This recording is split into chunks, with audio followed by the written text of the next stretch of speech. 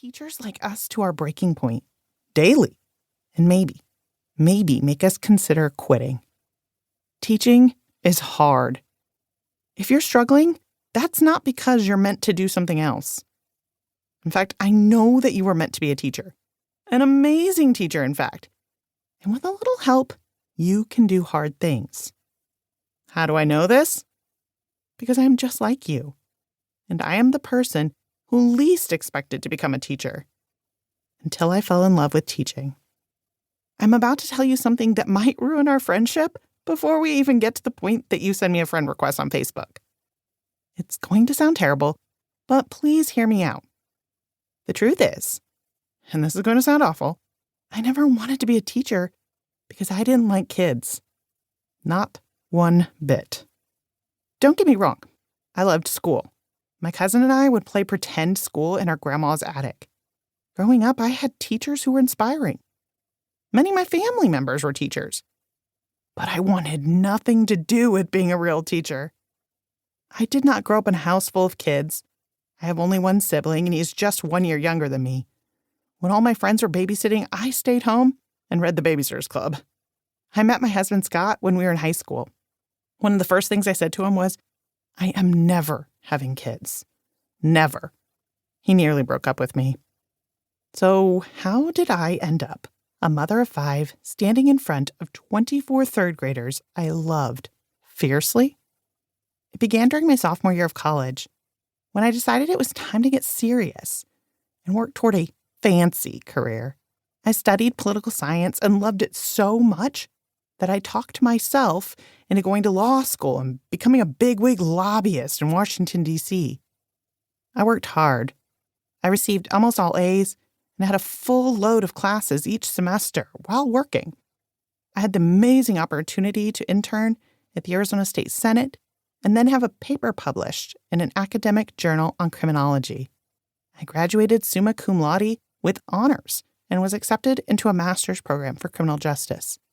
Everything was on track for my fancy job. And then everything came crashing to a halt. Because that's usually what happens when you feel that everything is under control. I remember the day perfectly. Scott and I were newlyweds, and I was just a week after college graduation. We were cuddled on a pink couch that we got secondhand from a hotel and watching a show on TLC. The show was called A Baby Story, and it chronicled the pregnancy of a couple. Smack dab in the middle of the show, I had a feeling. It's a feeling you just can't describe or explain. I saw the baby on TV and my brain asked me something crazy. Are you pregnant? I ran into the bathroom and immediately took a test. The result was positive. Scott and I did not believe it. He'd recently had a checkup with the doctor and actually declared that I would never be able to conceive with Scott, which had been fine with me since I hated kids. Now the girl, who never wanted kids, was having her own kid. To say I was terrified would be a complete understatement. But strangely, I was also over the moon excited. The moment you know a baby is growing inside of you, your heart completely changes. You love that baby with all of your soul.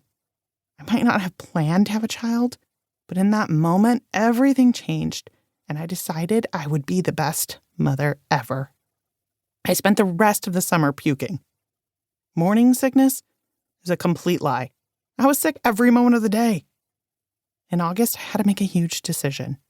I was due to start my graduate program, but how could I sit through classes and do the studying when I couldn't be more than 10 feet from a toilet at all times?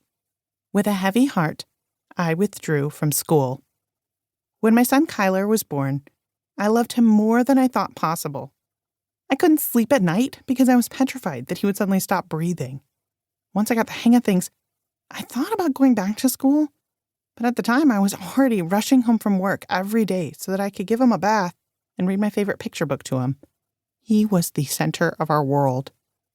And I had become a whole new person, the kind who actually loved kids. Before I even had time to consider returning to school, when Kyler was just 11 months old, I found out I was pregnant again. That pregnancy was also difficult.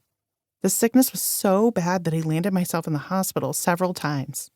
Despite being pregnant, I was losing a dangerous amount of weight. After I was released from